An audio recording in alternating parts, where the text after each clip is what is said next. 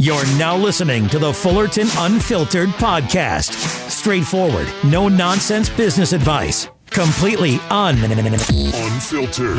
Grow your business. Grow your life. Now, here's your host, Brian Fullerton.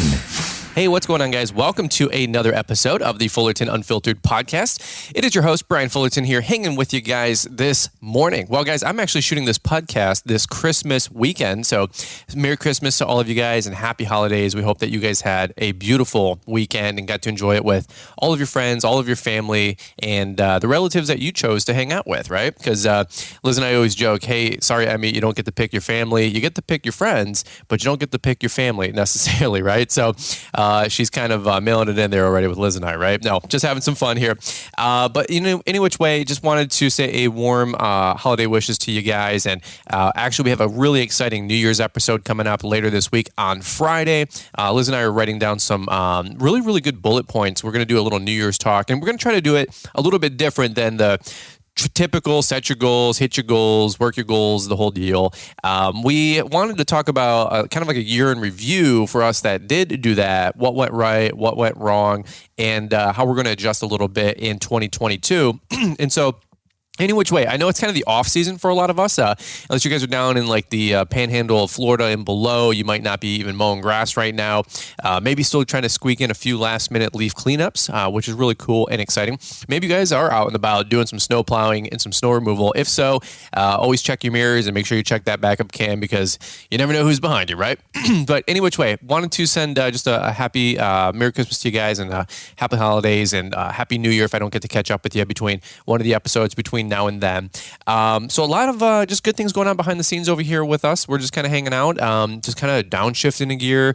Not honestly been doing a lot this last 4 or 5 days. I'm kind of growing a little bit of a beard out and kind of just kind of hanging out and just lurking around. And Liz is like, don't you have something to do? And I'm like, no. I mean, I'm trying to like just actually downshift a gear. And when that happens, I get like super clingy to like Liz and I'm like, hey, do you need a hand? What do you need? What's up? And just kind of hanging around, and maybe you guys can relate doing the same thing. On today's episode, we're going to talk about snowblowers, all things snowblowers. This is a topic that I saw from a YouTube comment. A couple people obviously are shopping for snowblowers, so I'm going to teach everything that I know that I think will get you up to speed with purchasing the right snowblowers. And yes, there's right ones to purchase, there's wrong ones to purchase. I'm going to do as much as I can to just kind of brain dump on you guys to get you everything that I know and have learned over the last 17 years, plus doing snow plowing and snow blowing and purchasing these pieces of equipment. It is crazy how many snowblowers we've went through. And I was actually just writing down some notes and just some things to keep me on pace here. And I'm like, man, I know a lot about snowblowers. It's weird. I don't know a lot about a lot of things. I know a little bit. Oh, I'm sorry. I know a lot about a few things, like very, very few things. I'm pretty good at cutting grass, pretty decent, I guess, at YouTube now. That's even then is kind of relative because I still feel like I'm the not the most successful guy on YouTube yet. I'm still learning how to become a better YouTuber and make better videos for you guys. And anybody who watches on YouTube, we always appreciate that support as well, right? Well, what I wanted to do is talk about snowblowers, and I'm writing down this list. And I'm like, man, I've got like a bunch of bullet points that I could share, and hopefully help you guys with, you know, buying decisions, shopping decisions, what's the best one to go with your business, which based on different circumstances, based on different snowfall amounts, different type of properties you're managing. So that's what I'm going to do. We're going to just talk about snowblowers maybe for the next couple of minutes here.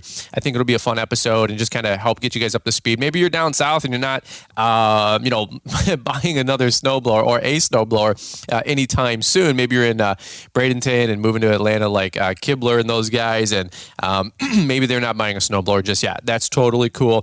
If I never had to buy another snowblower again, I would be just fine with that. So don't be envious, all you guys down south. Maybe this episode's not for you, but don't be envious that this one doesn't totally relate. Okay, it's we'll take one for the team up here in the Midwest and above to help you guys with the right piece of equipment for snow blowing and snow plowing, right?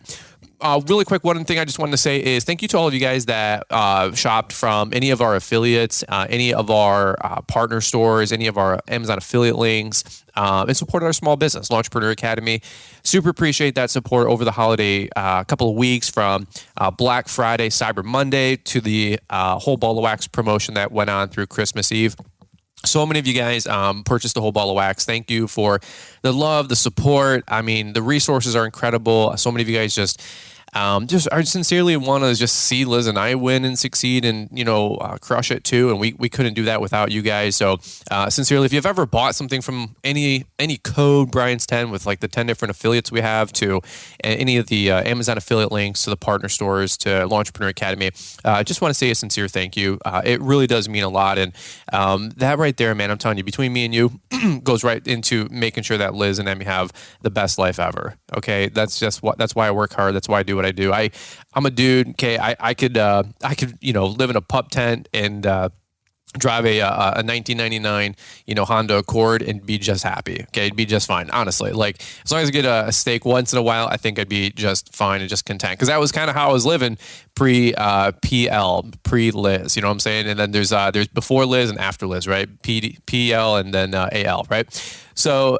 but I will say this, I want to take care of her, treat her first class. And that's why we work so hard. That's why I work as hard as I do to take care of them and get us to where we're at now. And then of course, where we want to be in the future. So anyway, I know I just share that really quick because sometimes you just get lost in the noise of promotions and things to do and things to buy and things everybody's hawking and selling. And I do too. I'm just like, awesome, man. Good for you. But there's a lot of people I spend money with and on and at and support, just like you guys do. And I use their codes and they don't even know. And I try to tag people when I do. And, from different industries, of course, outside of lawn care. So it is really, really cool. That's the best way you can always support an influencer, I guess, or somebody trying to create a small social media business is use those codes. It does mean a lot. So for me to you, just want to say thank you. A lot of you guys picked up the whole ball of wax. I can't wait to bless those people so much over the next couple of weeks here into January as we drop so many more resources and more to come. So that's why I was just screaming at the top of the roof, get the whole ball of wax. And so anyway,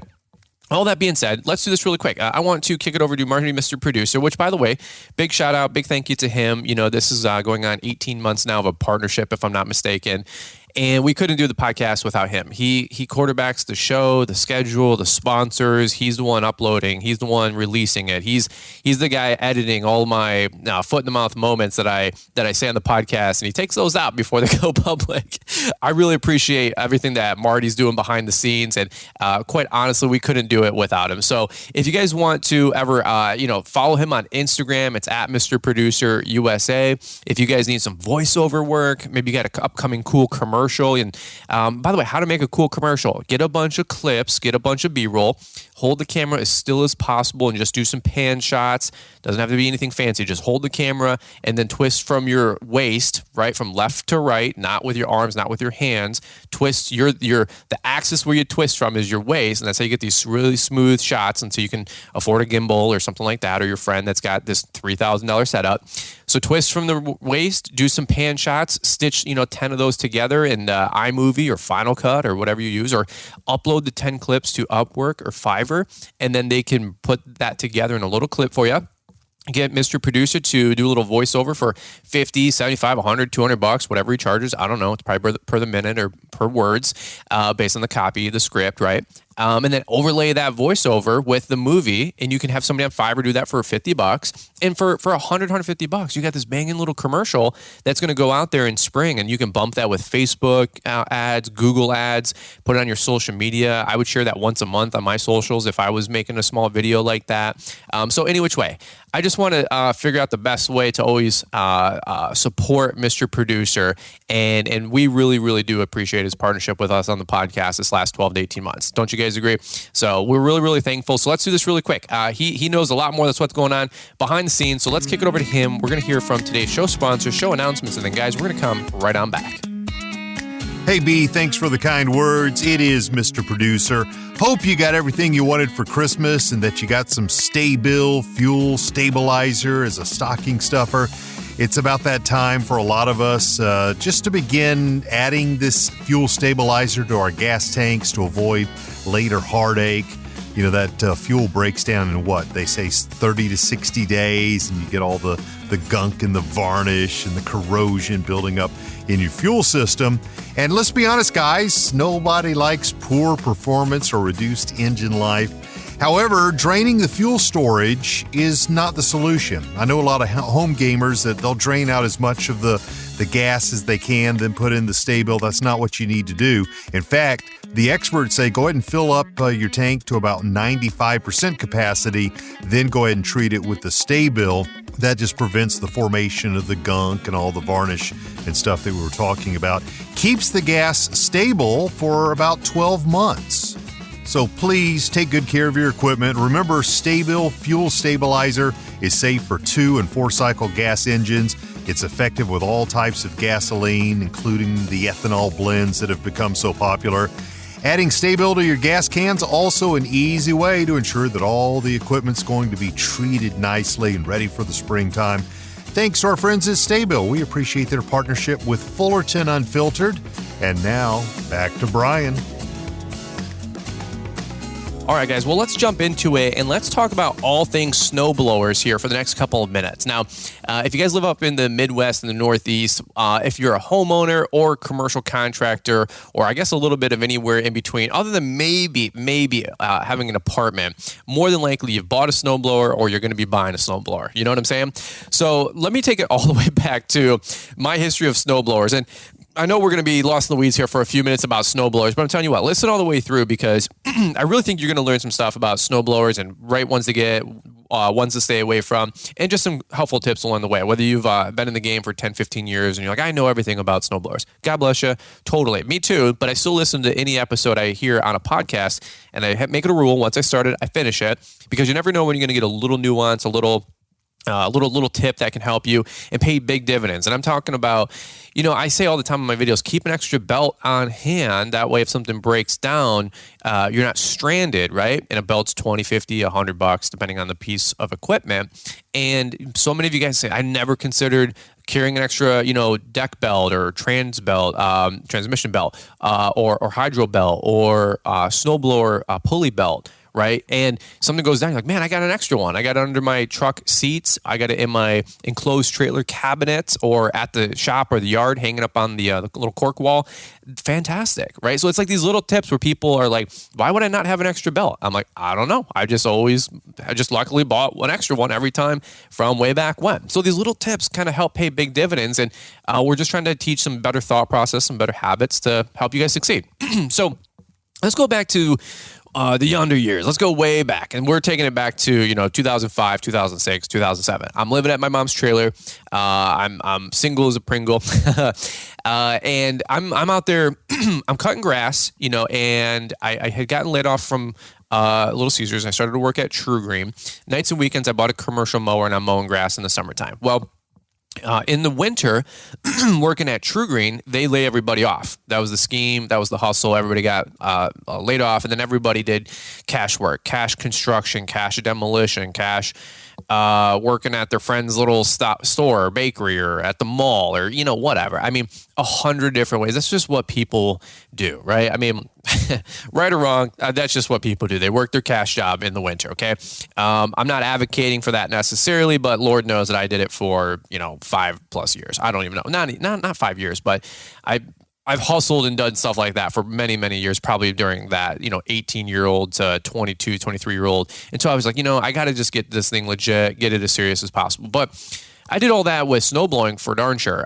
We claimed our snow income many, many years ago, like into the business, because we were making, 2, 4, 5, 10 grand. And I just realized, well, I don't want to slush that for cash. It's still a liability, out there doing snow blowing if you're not snow plowing, right? Some people are like, well, I just snow blow 10 driveways. I'm like, yeah, dude. So why get liability insurance? And I understand where you're coming from, but you hit a rock or a piece of rock salt into somebody's door wall or windows. We're always shooting stuff, preferably not at the house, but those snowblowers are kicking up stuff all over the place, whether it's a car window, a door wall, a screen door, a front porch door, all that kind of stuff. So make sure you do have insurance. So make sure you claim your snow revenue, your snow income, okay? And I'm not going to get lost in the weeds on that right now, but back when I was working at True Green, we were laid off, I just did snow blowing. I got a snowblower. It was an MTD, 3.5 or 4 horsepower little snow blowers. We used to get them at a store called Meijer. I don't know if you guys have grocery stores like named Meijer. Huge grocery store and chain, where we live. It's probably in the Midwest too. I don't know how big they are. But I mean, they're probably a $1 billion company, but we used to get them. They would be right at the front door.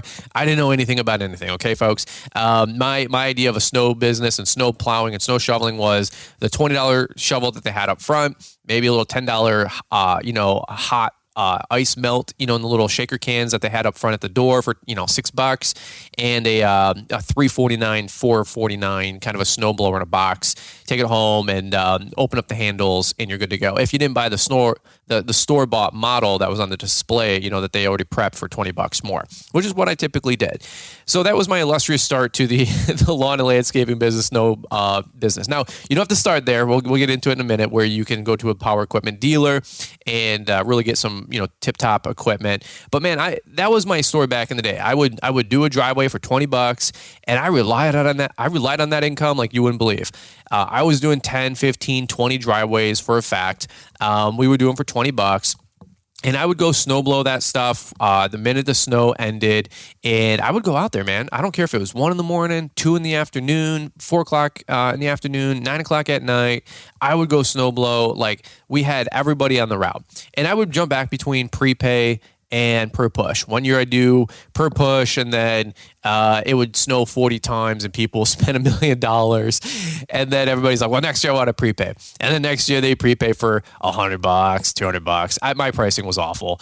But then it would snow, 1 time or 3 times, and people would be like, well, you took me, this way, so I want to go to per push. And then the next year, you know what I'm saying, folks? It was just one way it was their way, 1 year it was my way.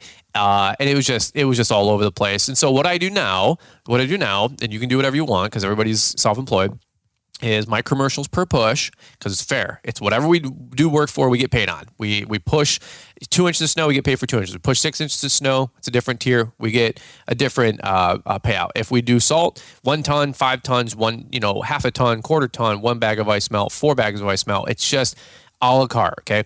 Snow plowing and snow blowing for our residential is all seasonal prepay. That's it.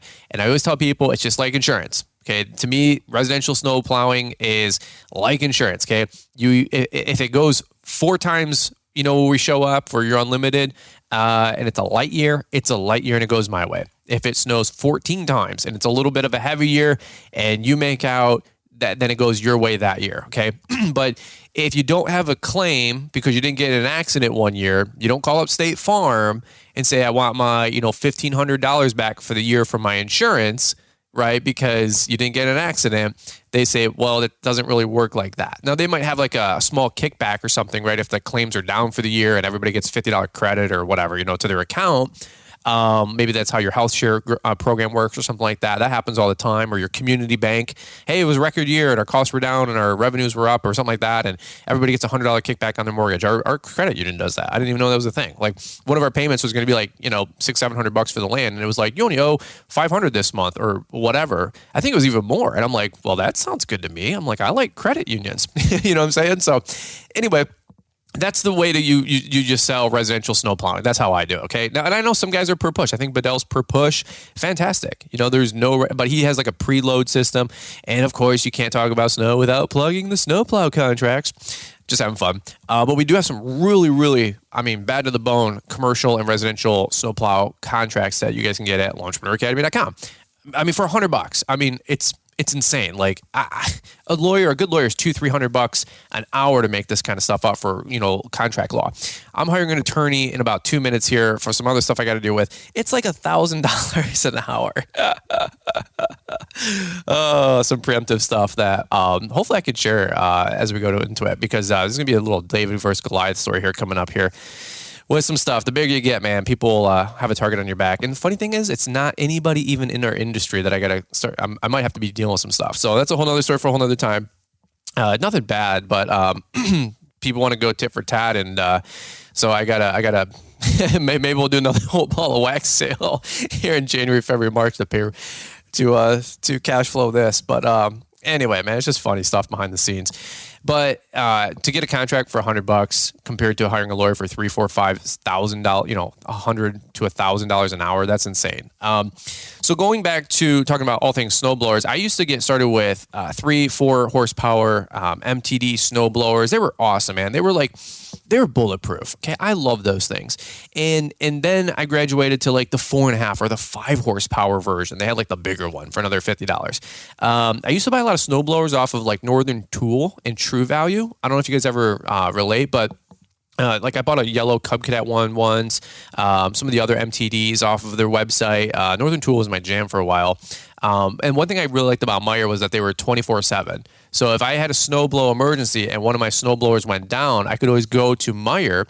They're 24/7 up here in Michigan, and I could go at 2 a.m, roll in there to the right side, the seasonal side of the store, not the grocery side, and go buy another snowblower for $400, and then fix my other one the next morning. But I could keep up going on, and I did this all the time. And I had a little Hyundai Elantra. I didn't have my work truck, my little red F-150, or maybe shortly thereafter I did buy my red F-150, which, by the way, it was 2x4 with summer tires, or kind of all season tires, if you will. But all season does not mean snow. Okay, just so we're clear. And that thing was a 2x4 truck, and I had to add like 700-800 pounds of tube play sand, and then the tube sand, in the back of the bed. And that kind of helped, but not really. It was a light duty truck, a little 4.6 liter V8. That was my Chariot though, man. I love that truck. If anybody ever sees that thing zipping around town, holler at your boy, because I'll buy that back right now. I think I traded in for $4,000 and or maybe $4,500. I think it was $4,000 because we put 16 cash. That was the 20 down on the new truck.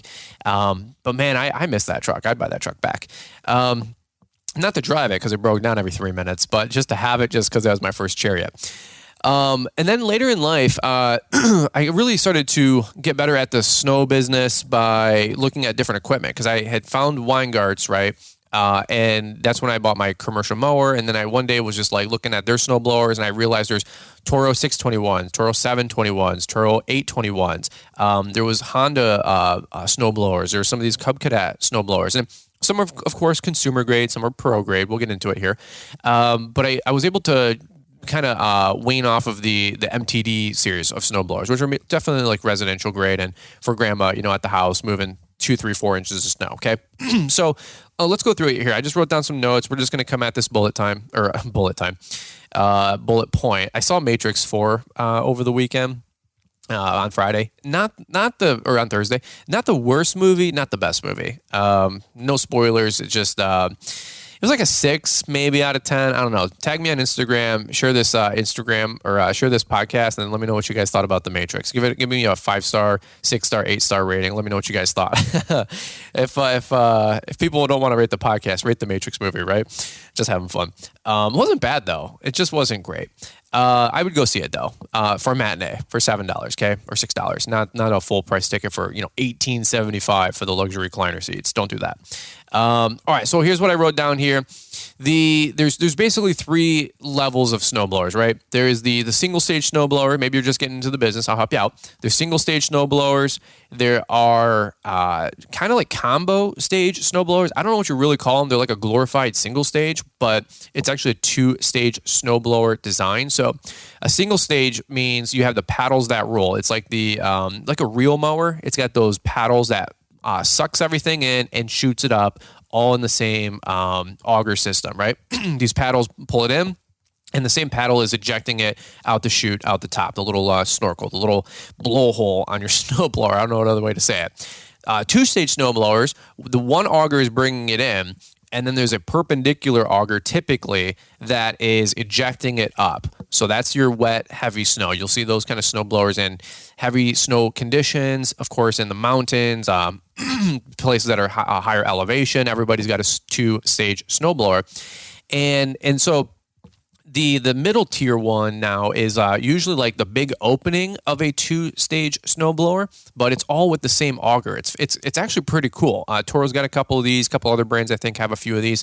I have not tried one just yet, so if you guys have any opinions, shoot me a DM or leave me a rating and review and say, hey, I have a snow. A Snowmaster. Fantastic. Let me know what you guys think on comments when you guys rate and review the podcast. I always love hearing what you guys are listening to and what you guys are using. All right, so there's a single stage and there's a two-stage snowblower. Now, I use single stages pretty much exclusively with our company. Now, I do own two two-stage snowblowers. Say that 5 times fast. We actually have 3. I gave one to Rob to use at his place.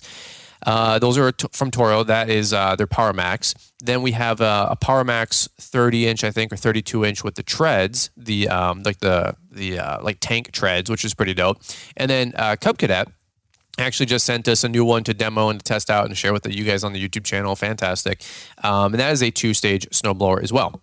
Now, as we go through the list here, I got my pros and cons list, right? Because who doesn't like a good pros and cons list? Here's what I wrote down for a single stage. They're lightweight, they're easy to fix, they're less expensive, they're fast and maneuverable, and they're a great option for any homeowner to contractor out there. I mean, any contractor anywhere could use a single stage snowblower. Okay, cons. Okay, so some of the cons are you can't really do the end of the driveway slush and ice. Right, I'm probably getting some nods here as you guys are listening to the show, and that was honestly, that was probably the most frustrating pain point for me doing snow plowing and snow removal, if you will, for as a quote-unquote business. I'm using air quotes here because we would cut grass, and I had the trailer, the X marks, and we were mowing grass, but my snow business was really small. We would do, $2, $5, $10,000 for years. Now, I did have 40 accounts, I would make my rounds, and 40 residential driveways with snow blowers. That's a pretty stout route. Now, back then I was doing a snow blow for $20. I mean, it is what it is. What are you going to say? Like, my seasonal prepays were like $129, $149, $199. We're not going to do a whole, snow plowing podcast right now on pricing. We have some great training programs, of course, on how to price and all that fun stuff. But if let's say today you're doing it for $40 or $60 a snow blow for a driveway. Let's say you do it for $60 on a 6-inch snowstorm, and you do 40 driveways. I don't know, 6 times 4, 6, 12, 18, 20. What was that? $2,400? Is that right? 60 times. We're gonna do this real time. 60 times 40. Yeah, that's $2,400. That is some really, really good money. I don't care if you're 18. I don't care if you're 35. To make $2,400, let's say, in 4, 6, 8 hours, depending on your route. And even if you were doing it for cash and a side hustle while you're a school teacher or a firefighter or whatever, or you're just laid off, that's some really good money per good quality snowstorm. If it snows 10 times, right, and in a season, that's $20,000, $25,000.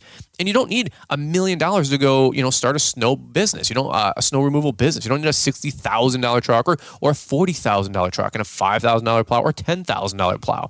I used to do this with snow blowers, and that was some great pay the bill money, right? All right, so you can't do the end of the driveway slush and ice. That was my biggest bottleneck. So what did I have to do? I chiseled that stuff out with shovels all the time. If I was lucky to see somebody with a plow, sometimes the cities would go through. The city plows would go through. Not the big, the big trucks. I don't even know. They're the internationals. The big snow plow. The city plows. It's not none of those, but sometimes the city plows would have the extra trucks that would go through, and they would do the cul-de-sacs or the islands or the courts or the roundabouts or whatever. And there'd be just a regular Super Duty with a straight blade, and sometimes those guys would tidy up the end of the driveways for me, and I was extremely grateful, always grateful. And if you ever see some 15-year-old kid or 12-year-old kid out there hustling and snow blowing, you get an 8-inch snowstorm and the city plows go through and they windrow, that into the driveway, at the end of the driveway, the city, road, ice and slush gets into the end of a residential driveway. If you guys are just zipping through and you see some kid out there hustling at 6 a.m. or at 10 o'clock in the afternoon, just do 2 quick pushes on that and just clean that crap off for that little kid, man. Because that was me. And I remember asking a guy once, I was like 15 or 18. I don't even know, man. Maybe I was 20. I don't even remember. It was a while ago. And I just remember some guys saying, I'm like, hey, can you just hit that really quick? I think we had like a 12-inch snowstorm, some big snowstorm in March. And the guy just said, can't do it, buddy. I got a route. He's like, I got a route to get to. And he was like some 40-year-old fat beer belly, loser dude. And he didn't owe me anything, obviously, but he wasn't nice. He wasn't helpful. And I'm like, oh yeah, okay. And so I got my shovel out and I'm, at 20 working on a heart attack, and I joke, but that stuff's no joke. So anyway, that's kind of the limitations of a single stage snowblower is the end of the driveway, wet, slushy stuff.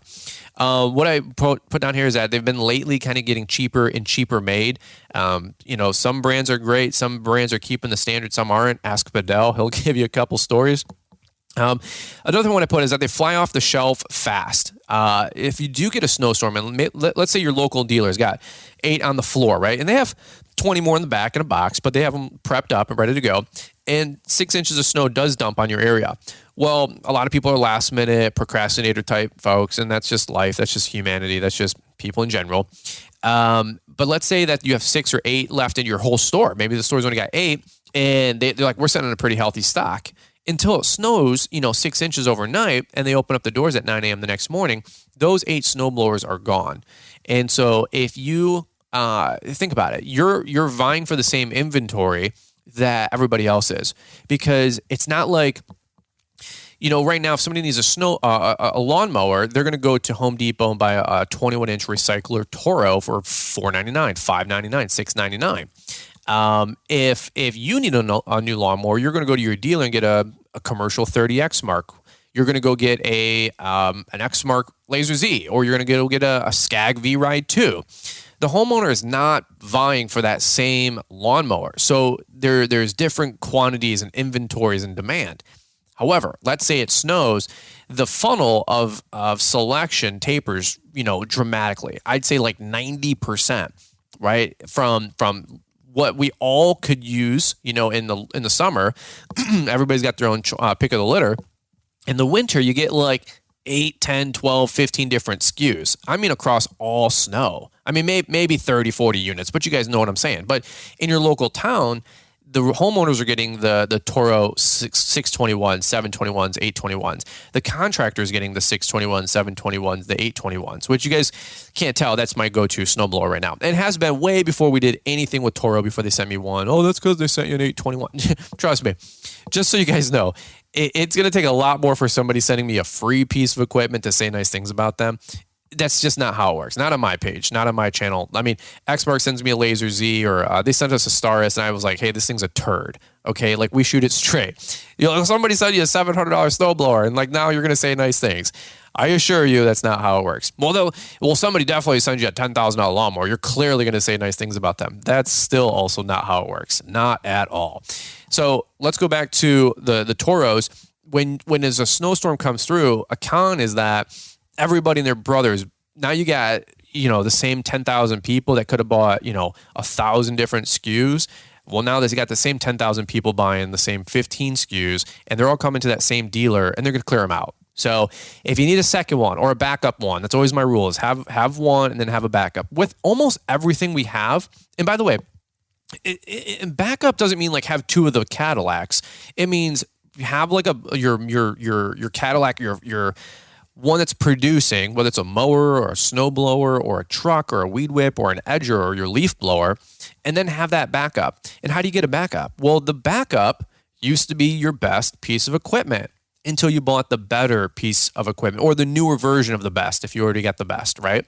So let's say you got a Redmax 8500, you only have one, it goes down, and they say, hey, it's going to be 2 weeks to get this thing back. We're just backed up. It's in the spring rush. Okay, no problem. You buy another 8500 for $600. You take a hit. But now you got a 8500 that's got 18 months on it, and now you got a new 8500 that is brand new, right? So you got your backups. Well, it's the same thing with snowblowers. Don't get one and then get rid of it until you have a third, right? And I actually did that. I had a 721 and a 621. Toro sent me an 821. I put on Instagram, hey, I'm selling off a 621. Joseph DePace bought it off me for $200-300. He's a great landscaper and FERT guy over in Sterling Heights, Michigan. Really nice guy. So I sold to him for $200-300 and got rid of one of my oldest of my nice pieces of equipment, right? So always have a backup, but don't just run one snowblower or one anything unless it's like a plow and a truck. But even then, I'm trying to get another plow and another truck, okay? they fly off the shelf fast. And the last thing is, I just talked about it. Homeowners and commercial guys are buying the same unit. Okay. It's not uncommon for Weingarts to have 200 snowblowers in stock. And this was like 4 or 5 years ago. They did not get a lot of snowblowers in, limited quantities. It's going to be like that for another year or two, of course, with Brandon at the helm of the ship. And so there's only going to be so much inventory rocking and rolling. The supply chains are still messed up. The coronavirus, the pandemic, all this mess. It's just going to still keep things messed up for another year or two, guys, in the factories. So that being said, consider buying a backup. Maybe you've never ran a backup or a secondary or a third. This might be the year to do it, or next year to do it, okay? All right, let's keep going. Let's go to do this. I'm going to take a quick sip of water here. I got my classic Coca-Cola, the original taste, the glass bottle, the Mexican Coke, the glass bottle Coke, as they call it. And Liz bought me a little 6-pack, these little, they're 10 inches tall. They're adorable.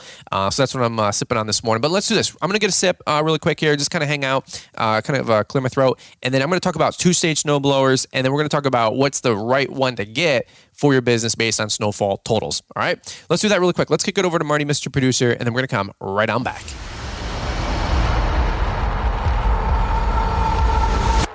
Oh, God. I'm going to have to shovel. I don't even have a snowblower. Nobody to plow me. Oh, my God, and the neighbors suck. They don't help. Oh, my God, what am I going to do? Do you want to keep the cash flowing this winter? Head over to L'EntrepreneurAcademy.com and check out all of Brian Fullerton's new courses and powerful resources to get you cashing in on that white gold through plowing snow. The Snow Plowing Training Course is easy to understand, and you'll learn what it takes to do the job effectively and how to bid, price, and estimate snow plowing for both residential and commercial properties. L'EntrepreneurAcademy.com has 3 new resources to take the hassle and guesswork out of securing your snow removal jobs, plus there's eye-catching marketing materials that can help you secure new clients quickly. Ready to crush the snow game this year? Visit L'EntrepreneurAcademy.com or use the link in the podcast description. All right, guys, well, let's jump right back into it, talking about 2-stage snowblowers. Now, just to reiterate and to recap, single-stage snowblowers have the single impeller pulling the snow in.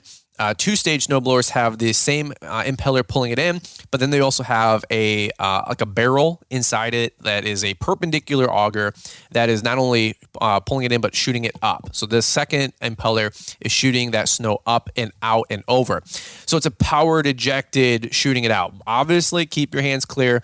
Never put your hands down the chute of a single stage or a 2-stage. A lot of them come with a little black plastic kind of like icebreaker / shovel thing that you can use to unjam whatever you're doing. Use a snow plow, a shovel handle if you need to. Use a plow stake if you need to just kind of poke through there. Keep a piece of 1x1 wood. I don't know, don't care. Just whatever you do, don't stick your hand down that chute, because just like a lawnmower blade could still be under tension, it could still spin and swing at you. Maybe it's caught up with some fishing line. I don't know, or some netting from some ECM, matting. Listen to the Key Contractor podcast. You guys hear what I'm saying there? You know what I'm saying? That stuff can still be under load, and you don't want that to rotate. And by the way, a lot of the snow blowers these days on that impeller system, there's a middle section, it's about 2 to 4 inches, and usually it's a cutting teeth. It's a piece of metal, and that's usually designed to help chip away at any ice. Okay, so imagine that being under load and you stick your hands in there. Yeah, not a good idea, okay? So let's talk about 2-stage snowblowers. We talked about the single stages. They're quick, they're nimble, they're $500, $600, $700. They're great. 2-stage snowblowers, okay? Here's what I wrote down. They're heavy duty. They have shear pins, so let's say you do hit something from a piece of jutted out concrete to an ice block to, I don't know, you suck up a kid's toy. The only thing worse than mowing grass with a mower and hitting a newspaper, which is probably the ultimate worst, is a snowblower and doing the exact same thing, like finding some soggy one that's been under, the previous snowstorm. Now it's all like, it's all matted and it fell out of the stupid sleeve.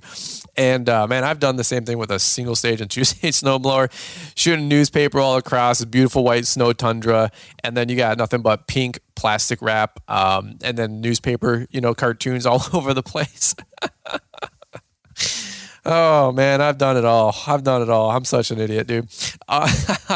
So the shear pins. What a shear pin is usually like an inch long little bolt, like that little bolt that you sometimes use. It's not the same thing, but like to keep your link down, your coupler down, your clamp down on your trailer tongue. It's like that little 1 inch thing that you put through the pin, and then it kind of loops over with your cables. They're like the same thing. It's a very, very tiny bolt. Sometimes it has a little pin detent on the end of it, and they just kind of push through and pop through, and there's no like hook that like kind of carabines over. Fantastic. But little shear pins, they're designed to break. And what that does is it saves the axle and the auger on your 2-stage snowblower, right? Because these things are heavy duty, right? We're talking 7, 10, 12, maybe 14 horsepower on some of these bigger engines, on these bigger snowblowers, a lot of torque, a lot of muscle. These things are trying to eject 8, 12, 15, 20 inches of snow, and that stuff weighs a lot. I mean, imagine shoveling a piece of an end of a shovel of snow, and that weighs, 5, 10, 20 pounds. And then now imagine that you're consuming that once every second with a snowblower. Okay, you're going through a lot of snow. That stuff adds up, especially if it's windrowed, which means it's like kind of toppled over itself from a snowblower pass or a shovel pass or a snow plow pass. Right, that stuff is turned on over it itself, so it's like compacted. It's heavy. Right, that kind of stuff is very, very heavy, especially with when it's windrowed. So a 2-stage snowblower is trying to not only cut into that, but that's why you get that second impeller to shoot it up, because it's heavy, wet snow typically. Okay, so shear pins are great. Those are designed to break. Keep an extra, pack. If you buy any snowblower, buy an extra pack for $5, $2. You get another 5 or 10 pins, right? They have skid shoes. So usually a 2-stage snowblower is usually for like gravel driveways, or it might be for like universities where they're over brick pavers and they're over cement and it's asphalt, depending on like the property size. So what those shoes are, they're designed to skim, the whole snowblower off the top of the surface. So those skid plates are usually risen up or pushed down, so the snowblower is lifted up, so that front lip is lifted up a 1/4 inch or maybe like a 1/2 inch. And so the idea is to leave a little bit of a film. So imagine you're in the mountains and you have a gravel driveway, and it's all, just rock and stone, and a single-stage snowblower is going to be riding the ground, and it pulls itself forward because those paddles are on the ground. Well, you don't want to be ejecting rock all over the place with a single-stage snowblower. So a 2-stage snowblower, right, it's going to be lifted up with these like skid shoes, these plow shoes, and it's going to just kind of hover over that maybe by a 1/4 inch or a 1/2 inch. And you can adjust them with whatever you want to do with that snowblower. So let's say you're doing a bunch of, maybe you're more rural, or you're just in an area where people just don't pave their driveway, or they don't have asphalt or concrete driveways. That's fine. You can just drop your snowblower down, lift those plow shoes up, already, preset, up a 1/2 inch, and you can just skip across and then lay down some salt or some ice melt. Or maybe that's wait till it freezes over, and then you can kind of adjust that down to the driveway after it's frozen over. But maybe that first snowfall, things aren't frozen and compacted down, so you got to raise it up a little bit. All right, 2-stage snowblowers are great for wet snow. I put down here, obviously they're great for the end of the driveway stuff. So maybe you do get the city plows that zip through, and you are in an area that gets an above average amount of snowfall. I'm thinking Erie, Pennsylvania, Buffalo, New York. Maybe you get some wet, slushy, crazy snow in like Maryland, New Jersey, Connecticut, Massachusetts, Rhode Island. I don't know, like the East Coast up there. You guys get some crazy different type of snowstorms where sometimes it can like snow and then rain for a day, and you get crazy rain and slush. You might want a heavier duty 2-stage snowblower. Now, here's some of the cons, right? As you guys would imagine, bigger is not always better. They're heavy to transport, they're expensive, and they're not as maneuverable. Okay, so zipping around with a little Toro 721, 821 snowblower, those things can just skip across sidewalks and driveways, right? And the 2-stage snowblowers, they're huge. They're bulky, right? Sometimes they have, typically there's 2 levers that are the drive levers. One is for the unit to go forward, and you just got to like manhandle it to turn it left and right. Or you have the other lever controls the auger to pull the snow in. So there's a lot going on here, right? Like, not only are you not trying to hit concrete, you're not trying to hit a newspaper. It's 3 a.m. It's dark. It's cold. You probably don't have good lighting. Some of them have lights on them, obviously. But it's dark. It's cold. The wind's whipping at you. You got to imagine the scenario and the conditions. And now you got this bulky, 100, 150 pound snowblower you're trying to zip around and maneuver and finagle. It's a lot harder to do that with a 2-stage than it is a single. So it's always about what's the job need, right? We talk about that a ton on the podcast. Like, what specific application are we using the equipment for? Or what's our jobs look like, and let's get the equipment to boot. All right, so it's not like one is necessarily better than the other, because some of y'all would die trying to get a single stage snowblower to do the properties that you guys manage. That's fair. Other folks like us, where we get typically like a 1 to 5 inch snowstorm, that's like the average, the typical. Buying a 2-stage snowblower might not be a good idea over here in Metro Detroit, Michigan, which I did buy that, and I'll go into that story here in a minute. So I categorized them into different types of snow events. 1 to 4 inches, kind of like 5 to 10 inches, and then 10 inches plus. That's kind of how I look at snowstorms in general, okay? When we talk about the single-stage snowblowers, they're fantastic for the 1 to 4 inch snowstorms, maybe up to like 6 to 8 inches. By then, when you have an 8-inch snowstorm, you're probably doing everything twice. So you're really doing 4 inches twice. Does that make sense? So when you get anything like a 6, 8, 10-inch snowstorm, professionally speaking, a lot of guys that do this for a career would tell you the same thing. Anything after a 4 or 5-inch snow event, you're probably out there doing everything twice. You're just 24/7ing it. You're doing your route twice. How you build, that's up to you, and everybody's got their own philosophy. But you don't want to leave a 6 or 8-inch snowstorm unattended and not work through it. Right. So I don't care if it's residential or commercial or whatever. Now, maybe some of you guys live in an area where a 20-inch snowstorm is typical. I would imagine by then you're waiting till a 10-inch trigger and then you go back out, right? But man, pushing 8 to 10 inches of final snow is difficult. It is not twice as hard. It can be 3 times as hard on your equipment, right? There's I don't know which way to quantify that exponentially, if you will. But doing 2 4-inch events with plowing and snow blowing and shoveling is way different, man, than doing an 8-inch snowstorm. I don't know if you guys can relate. I'm talking out loud, but that's how it works. And that's how I feel doing this as long as I have for 17 plus years now, okay? Single stage snowblower is great for 1 to 4. You can get away with up to 5 to 10 inch snow events. Like I said, you're usually doing them twice. But if you get 10 plus inch snowstorms regularly, you may want to evaluate either those new kind of like dual stage snow blowers, like the Snowmaster, I think from Toro. Love to hear some feedback. If you guys have one, shoot me a DM, shoot me a video, shoot me something on Instagram.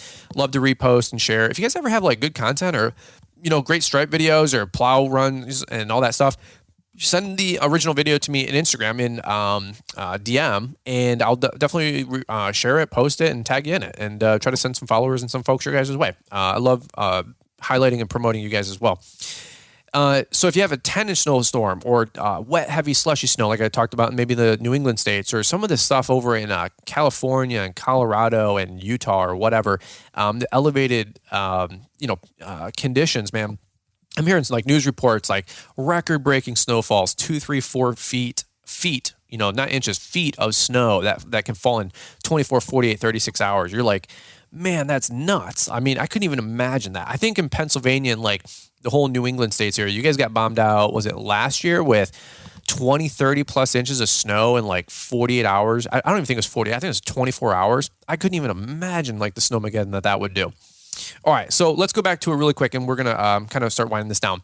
We're talking about just tagging up driveways only. If you're just getting started, maybe you're 15, 18, 25 years old, whatever. I mean, dude, whatever, doesn't matter.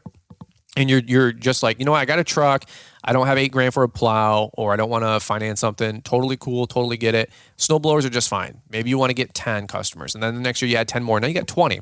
And then the third year you got your original 20, you get 15 more because you get better at marketing or whatever, and it just starts growing. And now you got 40 customers. Well, then your 40 customers, between snowstorms and paying per push, cash flowing, or 30, 40 customers prepaying, right? Up front for the season, whatever you charge. And then you got 4, 5, 8, 20 grand to go buy a plow up front. Fantastic. By your third or fourth year of snow in the snow business, you should be able to buy a plow. That's always my suggestion, because that's what I did when I bought mine. I didn't just willy-nilly get into the plowing business. I already had, 30 or 40, like I said, residential customers. I was great at marketing. I know how to get customers.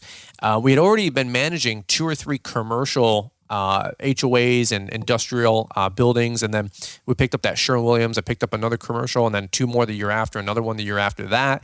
So it started snowballing as we grew. So maybe you can't afford a snowplow the first time, but don't discredit those first 10 customers. Don't discredit only having a side snowplow hustle business with snow blowers, okay? 721s, 821s, that's those single stage Toros, love them. Cub has some. Honda has some really good ones. Nobody pays me anything to say anything, just so you guys know. Like, if you guys go with any of those brands, I would buy those with my own money.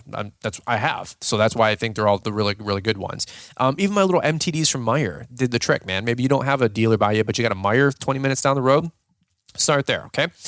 So let's talk about sidewalks. When you're just hustling sidewalks only, I think the one I've been using lately is the Toro 518. Okay, like even a 721 and an 821, they still weigh 90 pounds. And to put that bad boy in and out of a truck by yourself, it's not impossible to do. It's just you got to do a pretty good hang clean to an overhead press. You know what I'm saying? My CrossFit people, they weigh a lot, man. 90 pounds hoisting that thing up or out and up 20, 30, 40 times, depending on your route.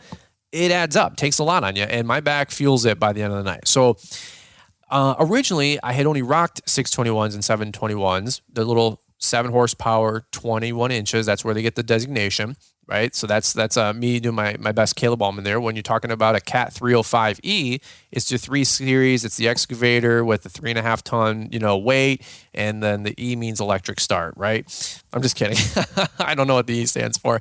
By the way, I was talking about that to Caleb one day, and he shared that on the Kid Contractor podcast, and he kind of got it right, but kind of butchered it too when I was talking about Ferraris. Back in the day, and I don't know if it's still like this, and somebody fact check me, but it used to be that's how Ferraris numbered a lot of their cars. That's how a lot of European cars do their numbering, if you guys don't know.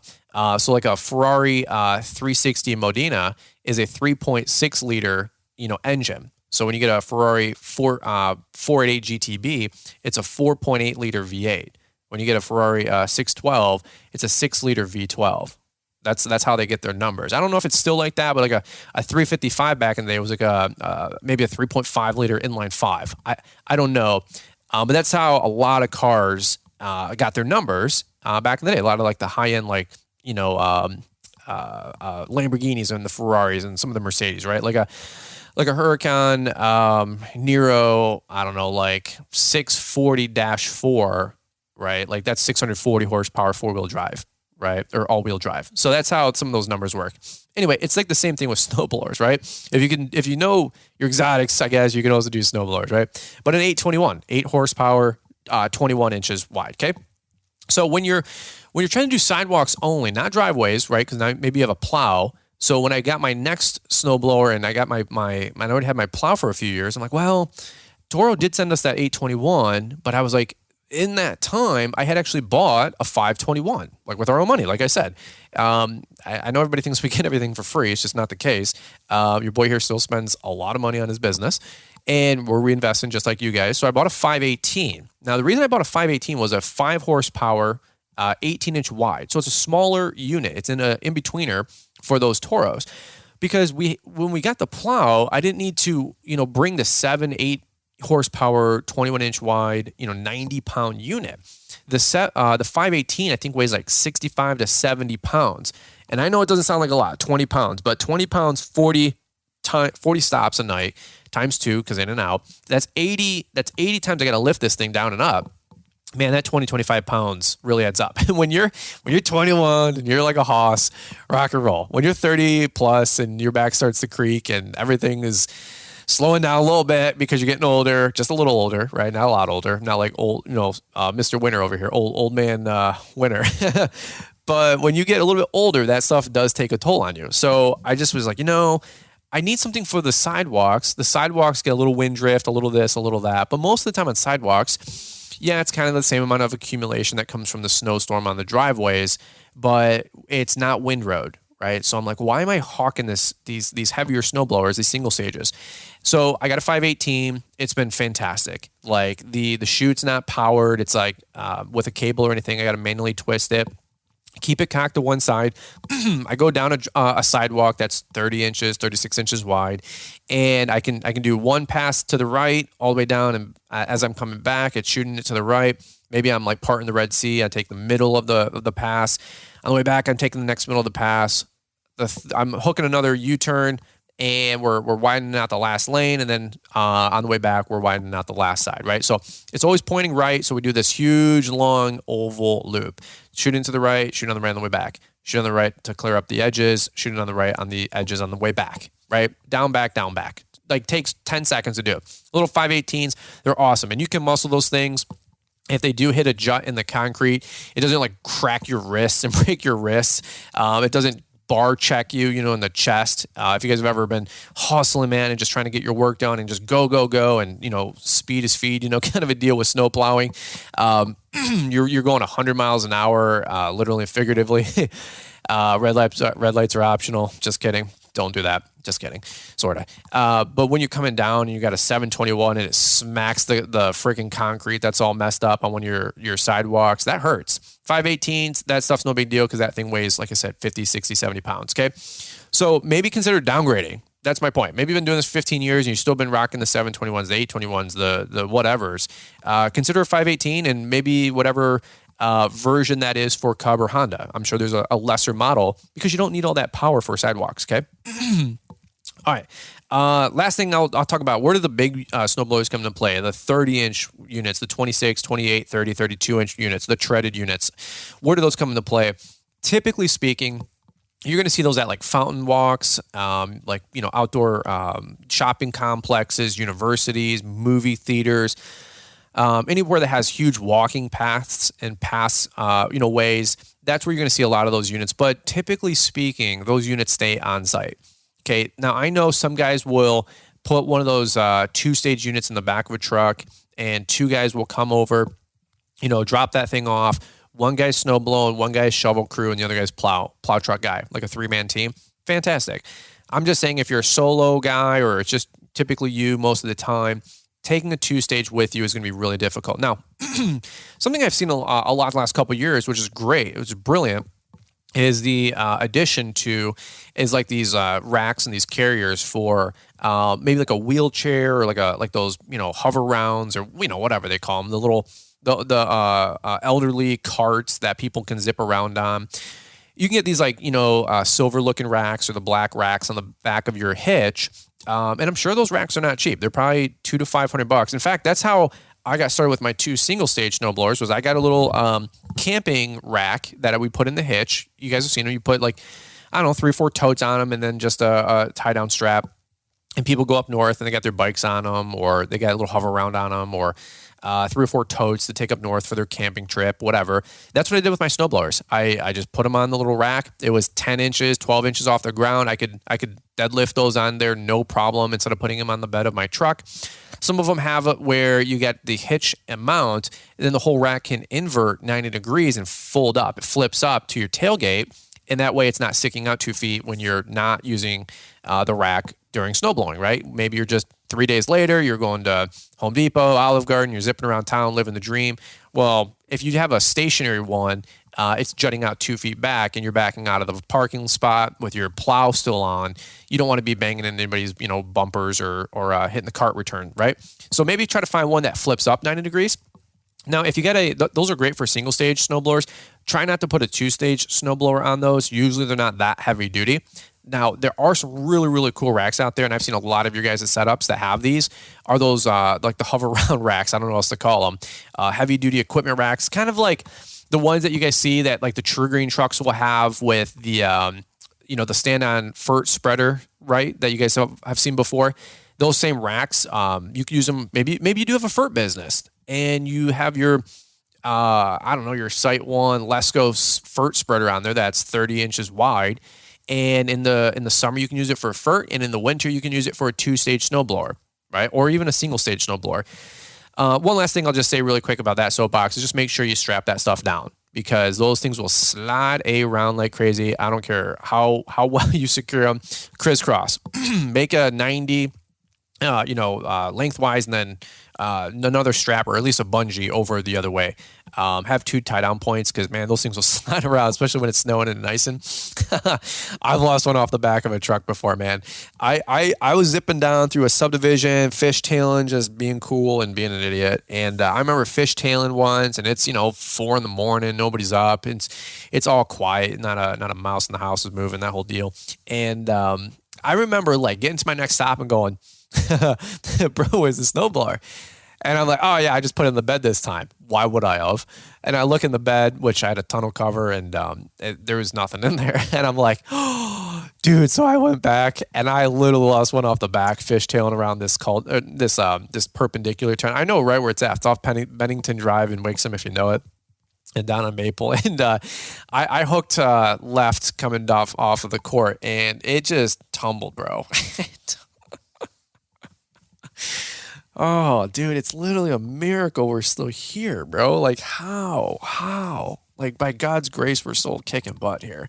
But I lost a snowblower off the back. I got it. I went back, picked it up. It was like, probably tumbled into the boulevard there. I picked it up.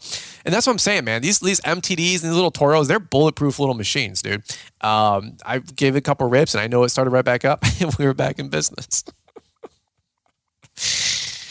Man, I've done so much stupid stuff. I probably should be in jail for like some of these different stories that I share like back in the day. Oh, I got one about lawnmower blades and losing them out of the bed of my truck on the highway. Oh man, I didn't share that story I still haven't shared that story because I'm not getting accused on Fox 2 when somebody's like, Fox 2 News at 10. Anyway, all right, last couple things we'll button it up. Transporting two stage snowblowers is tough. If you have you and a buddy, fantastic. Maybe you only got 20 accounts and it's not like go, do or die mode because you got a little bit of margin. That's fine. 2 stages are fine. Just know that they're bulky and they take time to work with, okay? I wrote down some notes here. We'll just button this up. Nothing beats the reliability of a 2-stroke engine, in my opinion. I love them. They're great. I haven't used a lot of the battery-powered snowblowers. If you guys got some comments or maybe you guys are rocking one or trying something different, shoot me a DM or a video. I'd love to hear how they're doing. I know every brand's got some battery-powered ones, which is really cool. Second to last thing I'll say here is have on hand extra oils, pulleys, belts, and scraper bars. It's like the 3 or 4 things that's all you need for is 2-stage snowblowers, right? Oils, pulleys, belts, and scraper bars. Okay, oil means just have like 2-stroke oil on hand. Pulleys, sometimes the pulley seize up or the bearings go on them, or they just flutter around and they got to be replaced.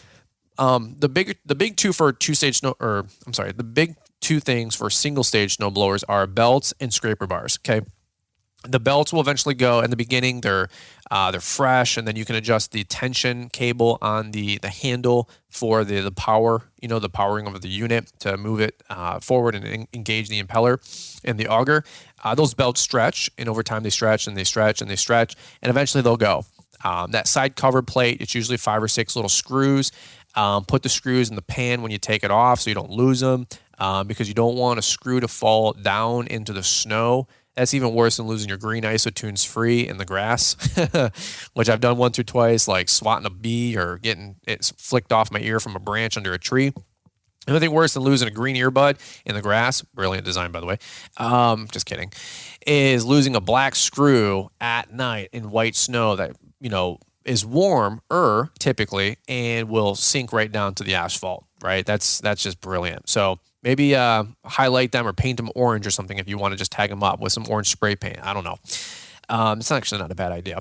But keep extra belts because eventually they'll get loose and they'll shred or they'll burn up. Something happens to them. But take off that side plate. Follow the diagram. Always video taking things off so you can look back on your video to put things back on. Okay, that's a life hack. That's something that we do all the time. And then scraper bars. Scraper bars are like the plastic little 2 to 3 inches that kind of peels the snow off the pavement. Those things just erode, obviously, through friction. They're usually double-sided, so you can flip them around. But a good scraper bar is 25 bucks maybe. The belts are 20 bucks. We always have extra scraper bars. We always have extra belts. The more organized we get, one day as we have a shop, we'll have like an inventory list on the wall, like on a little cork board. I can't wait. And then I'll say, okay, we got extra X-Mark belts, extra hydro belts, extra snowblower belts, extra scraper bars, like a little parts counter at our own shop. And I don't care if you're at a storage locker. I don't care if you're at your garage. I don't care if you have $1 million shop. Having extra belts and scraper bars goes a long way. Okay. Last thing I'll say as I button up here about all things snowblowers and maybe talking about more about snowblowers than you ever wanted to know, because I've been doing this for way too long, is stabilize them. Add a good fuel stabilizer. Shout out to Stable, Fuel Stabilizer. Those guys are awesome. They do sponsor us on the on Instagram and the YouTube channel once in a while. Really, really good people there, by the way, behind the scenes. Actually, really good people. Some companies not good people behind the scenes. Stable is good people behind the scenes. And so adding I don't know the ratio, don't quote me, but adding the, 1 thimble for every 2 or 5 gallons or whatever it is, look at the label, add a splash of that stuff through the season, right? Not just in March or April or May when we put these things away. Because snow, as you guys may, realize, like I have, is that sometimes it doesn't snow for a week or 2 weeks or 3 weeks or a month. And typically fuel is only good for, 2 weeks to 30 days, they say. Now, your equipment's going to start more, but talking about equipment that really needs to be ready to go. A lawnmower, if it doesn't start in the first 5 minutes or half hour, it's not a big deal. You can jump it, swap a battery at a dealer for an hour there back. You can finagle it. You can get some starter, fluid and shoot it into the air intake or whatever you guys do. It's not how it works with snow blowing and snow plowing and snow removal. When it's done snowing or like the half hour before, it is like an army. It's an armada of people that get on out there if they're smart and they're serious about their business. They are out there like immediately. And the last thing you want to be dealing with is something that doesn't start up. A lawnmower is one thing. A snowblower, it has to be ready to go. I mean, you should be doing a check the night before. Maybe a check an hour or 2 before you head out there. Don't start your snowblower up for the first time at the first property after you're done snow blowing it, or not snow blowing, but snow plowing it.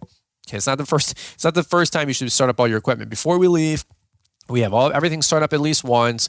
We have our snow shovels with us. We have our ice melt with us. We're doing a quick little pre-check. Okay, like you're not going to start flying a plane and then make sure the landing gear works once you're on the runway and you're taking off. Okay, you're making sure everything works before you leave the terminal.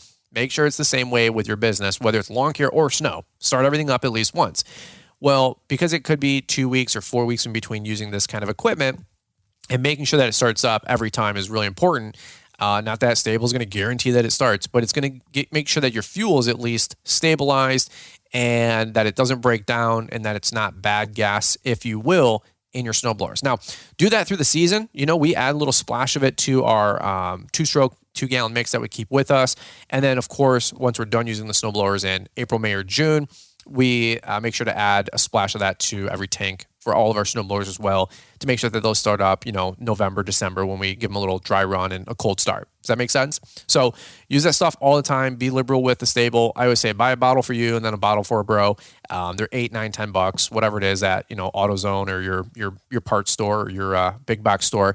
I just grab a bottle and put it on the shelf all the time. And then they sent us like a pallet of it, and I think I have enough for the next 100 years. You know what I'm saying? So anyway, if Armageddon happens and we go back to Sticks and Stone Age and we're going to rebuild society, at least I can be the stable guy and have enough fuel for everybody, or stabilizer at least for everybody. So, all right. Well, that's what I got for you guys today.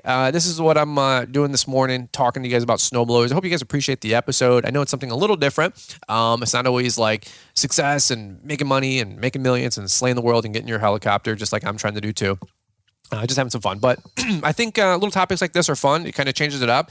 And for some of you guys that are just getting into the lawn care business or the snow business, little episodes like this really, really do help out. I know they would have helped me out way back in the day. If I was listening to this, I wouldn't have went to Meyer. I would have went to my local dealer and got a 721 or an 821. One last thing. The handles, the powered handles, like the QZE system, the blue handle up and down. Some guys like them. Some guys don't like them. Some guys don't like them because they freeze up or the cables break, all that mess. It's really personal preference. I do like them. One thing I'd say though is wrap a towel around them or some plastic, or keep them indoors because they do freeze up. And you don't want to like put a pitcher of hot water down there because hot water outside in the cold 10 minutes later is frozen water. So don't do that. But try to keep the condensation out of there with a towel wrapped around it. That's something that I learned from you guys from YouTube. And what I'm talking about is the little handle that's adjustable on the right-hand side, bar of the snowblower for some of the different brands and units. It will turn the chute, 200 degrees, right? It'll shoot it all the way left, shoot it all the way right. Even some of the fancier ones now will also deflect the snow, shooting it down or up where it's more condensed, or more shoots it up into the sky so the wind can take it away. That's personal preference, up to you. I know some guys are diehard, they only want the little black handle hanging off the back so they can adjust it 90 degrees. The older I get, the more I don't want to keep leaning over or walking around the unit to change the deflection of it. So it's just really personal preference. I'm still buying them with the chute, adjust on it. I just think it's so fast. You go up and down a sidewalk. And you can just, change it on a whim. Or maybe the snow is working with you. Maybe you're shooting it to the right, and on the way back, you're still shooting it to the right, but the wind is taking it left, if you will. Well, on your first pass, the wind was working with you. On the way back, the wind is shooting at you, and now you got to get in front of the unit, change the direction. It's a little nuanced. Everybody's different. I'd say that's probably 50-50 on personal opinion. I don't think there's a professional suggestion other than figure out what works for you. Me personally, I do like the handle, and I have never had any of those cables break or not work on me personally. We treat our stuff with some respect and never had an issue, and that's even with employees using it. But I will say it's probably another $50 or $100 on that snowblower, that option. To me, it's a no-brainer. I think you are a little bit more productive with it, and it just makes changing that shoot direction that much easier. So, personal preference. Again, maybe leave me a comment. Maybe tag this Instagram or this podcast post on Instagram. Let me know what you guys thought. Let me know what you guys are using out there, and we always appreciate the feedback back and forth. All right, well, that's what I got for you guys today. An hour and 8 minutes talking about all things snowblowers, huh? How about that? That's not too bad at all. Again, talking to you guys about more than you probably want to know about snowblowers, but now from whether you're down in Miami, like Paul Capote, or you're all the way up in the New England states like Paul Camara, we got you covered talking about all things lawn and snow, and today's episode was all things snowblowers. To help you guys with your next purchase. By the way, quick little plug here for the snowplow training program. Maybe you don't know what to buy equipment-wise with trucks or snowplows. We cover all this and more in the How to Plow Snow training program. So maybe consider that. $99. $99 to learn how to plow snow, residential driveway, commercial driveway. Another one's all about modules, all about pricing. Another module is all about handheld equipment like we just talked about. $99 a steal, man. There's 10 grand worth of information in that training course to do it right and not make the wrong purchases. All right. That was the idea with this episode. So that's what I got for you guys today. I don't know. What do you guys think? I thought it was a pretty fun episode. My voice is gone, so I'm going to go enjoy some time with the family today and just make sure I got an episode out for you guys first thing here Monday morning. So, all right, guys. Well, over and out. Hope you guys had a beautiful holiday weekend like we talked about. And Liz and I will be back here on Friday with a really fun New Year's talk. We're going to have a great guest episode coming up here on Wednesday. And that's what I got for you guys today. All right. Thanks again for all you guys' support. As always, you can check out those programs and resources and snow contracts at launchpreneuracademy.com. Little plug for that. And that's what I got. All right, guys, over and out. Thanks so much for listening. And as always, have a great day. And we'll catch up with you guys here on the next one. Thanks for taking the time to listen to the Fullerton Unfiltered podcast with Brian Fullerton. We hope you enjoyed this production. If so, please consider leaving us a 5-star review for the show. While the techniques and ideas presented here are designed to help you grow a more successful and profitable business, no one can guarantee these results for you. We want to emphasize that entrepreneurship is not easy, and the ideas presented here are just the opinions of Brian Fullerton and his respective guests. No one can guarantee success for you. That being said, we hope the ideas presented here help you and motivate you to go on out there and crush it with your own business. Fullerton Unfiltered Podcast. Thanks for listening, and we hope to see you on the next episode. This has been a Brian Fullerton and Mr. Producer production.